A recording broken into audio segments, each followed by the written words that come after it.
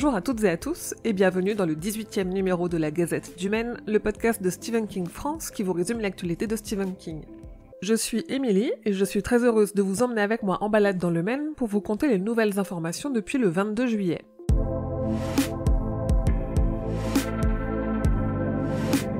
On me demande souvent où trouver une bibliographie complète des œuvres de Stephen King.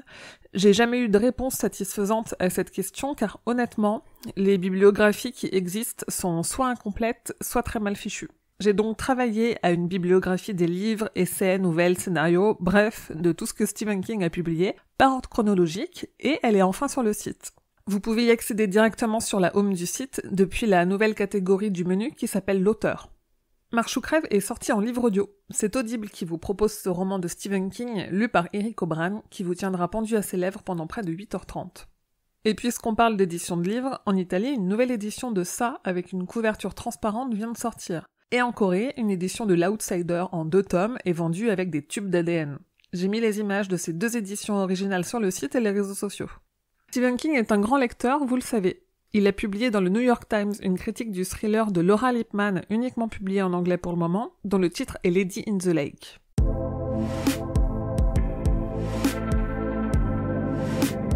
On commence cette chronique sur les adaptations de King avec une grosse partie sur Ça, chapitre 2. Le film sort bientôt et est au cœur de l'actualité. J'ai beaucoup de choses à vous dire, tendez bien l'oreille. La première grande nouvelle, c'est que la sortie au cinéma en France a été avancée d'1 semaine. Warner a décidé de réduire le décalage entre la sortie américaine le 6 septembre et la sortie française initialement prévue pour le 18. Donc à vos agendas, rendez-vous en salle pour Ça chapitre 2 le 11 septembre. L'autre grande nouvelle est qu'on a appris la durée finale du film, et on va être servi car Ça chapitre 2 durera pas moins de 2h45. Pas loin d'un record pour un film de genre. Le réalisateur Andrés Muschietti a dit que cette longueur n'avait en rien gêné les personnes qui ont déjà vu le film.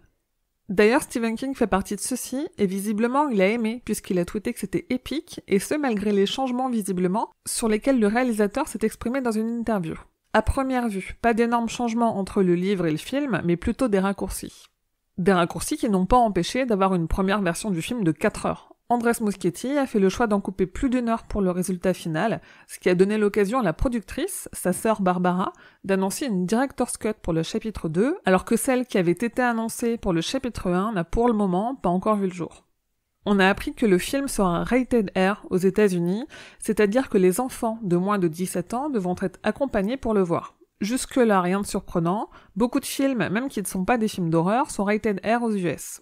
Ce qui est plus intéressant, ce sont les raisons de cet avertissement, alors que Ça, chapitre 1 était rated R pour violence, horreur, images sanglantes et langage, le chapitre 2 le sera pour contenu violent perturbant et images sanglantes en quantité, langage et contenu à caractère sexuel brut. On a eu plusieurs nouvelles images de Ça, chapitre 2. Pas de nouvelle bande-annonce à proprement parler puisque la bande-annonce finale est déjà sortie, mais tout de même un trailer de 2 minutes 30 qui fait office de making-of et qui nous permet de voir les acteurs sur le tournage, les acteurs en interview, mais aussi et surtout Stephen King sur le tournage de Ça 2. Toujours côté nouvelles images, on a vu l'affiche officielle du film pour la France qui franchement ne casse pas 3 pattes à un canard, et 3 nouvelles photos ont été dévoilées, une de Bev en mauvaise posture, une de Gripsou au Palais des Glaces et une du Club des Ratés réunis au restaurant chinois.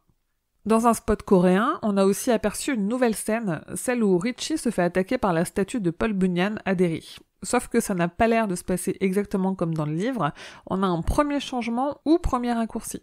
Je voudrais pas trop en dire ici, donc je vous invite à aller jeter un œil à mon article sur le site. Aux États-Unis, le premier chapitre ressort au cinéma avec, à la fin du générique, 8 minutes inédites du film. D'ailleurs, cette scène de 8 minutes a fuité sur Reddit. Elle est disponible en qualité médiocre, mais elle est quand même bel et bien en ligne. Il s'agit en fait d'une scène qui a déjà été montrée 2 fois à la San Diego Comic Con, celle du début des retrouvailles au restaurant chinois. En tout cas, Warner met le paquet et a prévu à Hollywood, durant le mois d'août, une expérience immersive de 40 minutes au cœur de la Fun House de la fête foraine de Derry. Cette expérience gratuite, mais sur réservation, est tout de même interdite aux moins de 17 ans. Et à Londres, le relais sera pris dès le 31 août, avec non pas une fun house, mais un souterrain de 3 km² et 9 salles avec des expériences immersives terrifiantes sur les traces du Club des Ratés et de Gripsou. En France, on n'a rien, et honnêtement le silence de Warner France est inquiétant à presque un mois de la sortie. Même pas une avant-première à se mettre sous la dent. Certains cinémas prennent le devant et organisent des soirées spéciales avec animation, lot à gagner, diffusion des 2 films d'affilée. Je vous ai tout compilé dans un article sur le site, et si vous repérez des événements près de chez vous, n'hésitez pas à me les envoyer. Et enfin, pour terminer sur ça 2, j'organise sur Twitter, Instagram et Facebook un concours pour gagner le DVD du premier film. Vous avez jusqu'au 14 août pour participer.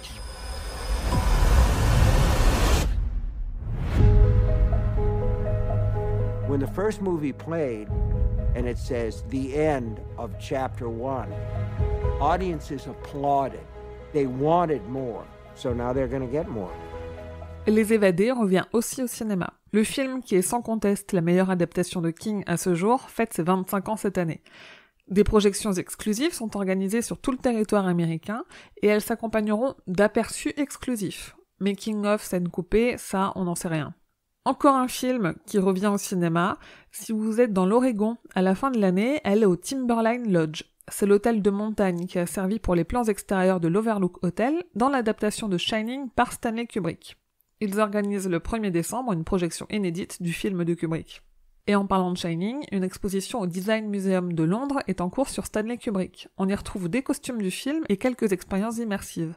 Je vous disais dans la dernière gazette que Netflix avait mis en ligne une fiche vide pour l'adaptation de la nouvelle In the Tall Grass de Stephen King et Joe Hill. Depuis, la fiche s'est un peu remplie et on sait désormais que ce thriller durera 1h41, qu'il sera déconseillé aux moins de 16 ans et qu'il sera disponible dès le 9 octobre sur la plateforme. On a aussi une première image officielle et on a appris que le film sera diffusé en avant-première fin septembre à Austin, au Texas, à l'occasion du Fantastic Fest. En parlant de festival, à la Comic-Con de San Diego, Greg Nicotero était présent pour parler de Creepshow et on a eu la première bonne annonce, ça, je vous en parlais dans la dernière gazette. Ce qu'on a su entre-temps, c'est que Nicotero a confié que la série serait truffée de références aux films de King et de Romero sortis en 82. Il en a dévoilé 2, et franchement, s'ils sont tous du même genre, ça va être corsé pour tous les avoir.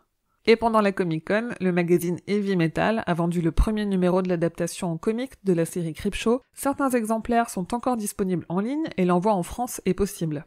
La série qui adaptera le roman Histoire de Lisey, dont Stephen King écrit lui-même le scénario, a trouvé son réalisateur. C'est Pablo Larraín qui s'y collera, on le connaît notamment pour avoir dirigé le biopic sur Jackie Kennedy.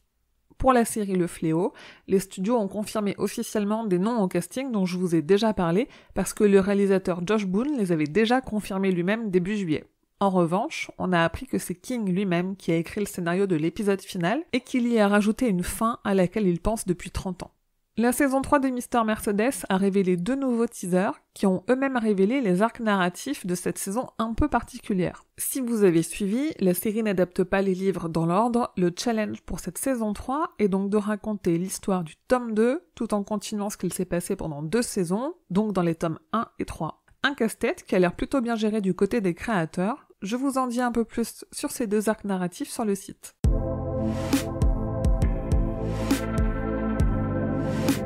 Désormais sur Facebook, vous pouvez décorer votre photo de profil avec Stephen King et Molly ou avec un Gripsou grimaçant grâce aux créations que l'illustratrice Dulca Mara a faites spécialement pour Stephen King France. Il vous suffit d'aller modifier votre photo de profil et chercher parmi les décors Stephen King France et vous n'avez plus qu'à choisir. Le groupe de musique Korn a sorti le clip vidéo de leur titre You'll Never Find Me, et en plus d'y jeter une oreille, je vous invite à aller jeter un œil, car il devrait vous faire penser à une nouvelle de Stephen King, et notamment une qui a été adaptée dans le film Creepshow en 82. Dans la dernière gazette, je ne vous ai pas parlé des deepfakes que l'on voit de plus en plus. King n'y échappe pas car on a vu passer un deepfake de Jim Carrey à la place de Jack Nicholson dans Shining et c'était franchement très convaincant. Ces dernières semaines, on a aussi vu un deepfake de Gripsou à la place de la nonne dans Conjuring 3. Tout est à retrouver sur les réseaux sociaux. Côté figurines, on a eu de nouveaux retours de la San Diego Comic Con. D'abord NECA, qui nous sort une poupée Gripsou 1990, avec le même design que ses précédentes figurines, sauf que cette fois-ci, le costume est en tissu. NECA toujours, mais en collaboration avec Kid Robot, a dévoilé une horreur Mad Ball d'un Gripsou sale et tout plein de morve.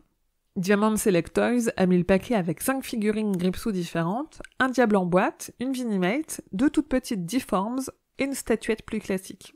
Et enfin, Spirit Halloween a tué le game en sortant pour Halloween un animatronique de Gripsou de 2 mètres. Il bouge, il s'allume et il parle. Et toujours dans les figurines, j'ai vu traîner la rumeur sur des groupes de collectionneurs de Funko Pop que la célèbre marque de petites figurines en vinyle préparait une pop à l'effigie de Stephen King lui-même. Peut-être y en a-t-il parmi vous qui sont en Belgique ou pas loin.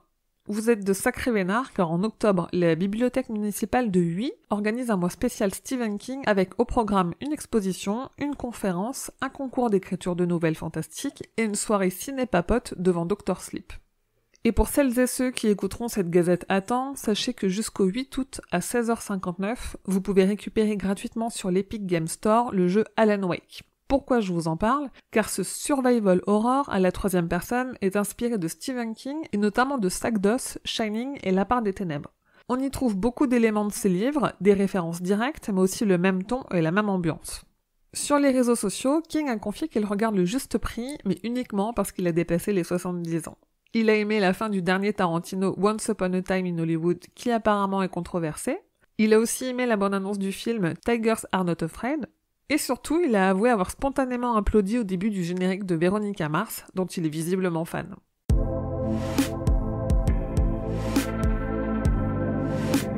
La nouvelle adaptation de Cimetière sortira en DVD, Blu-ray et tout le tintouin le 21 août prochain. Et le 28 août, c'est Audiolib qui sortira la version livre audio du roman Cimetière de Stephen King, lu par Julien Châtelet, le même qui avait lu Shining.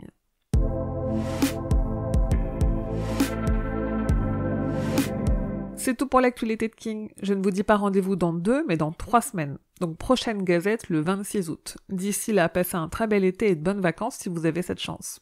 Profitez-en pour laisser des petites étoiles sur iTunes, des commentaires gentils de préférence et pour recommander la gazette à vos proches. Merci à toutes et tous d'être toujours plus nombreux et nombreuses à m'écouter. Merci pour vos retours et merci à celles et ceux qui me soutiennent en participant à mon Tipeee. Merci notamment à Pascal, un nouveau tipeur qui a acquis le rang de pistolero grâce à son soutien. Comme d'habitude, vous pouvez trouver Stephen King France sur Instagram et Twitter ou sur Facebook pour échanger avec toute la communauté de fans. Et rendez-vous sur le site stephenkingfrance.fr dans l'article de cette gazette numéro 18 pour avoir plus de détails sur toutes les infos dont je viens de vous parler. Et si vous avez un petit peu de temps au mois d'août, je vous invite à aller écouter les autres podcasts du label Podcut qui produit cette gazette. Il y en a pour tous les goûts et ils sont tous vraiment excellents. Je vous dis merci et à bientôt, fidèles auditeurs et auditrices, que vos journées soient longues et vos nuits plaisantes.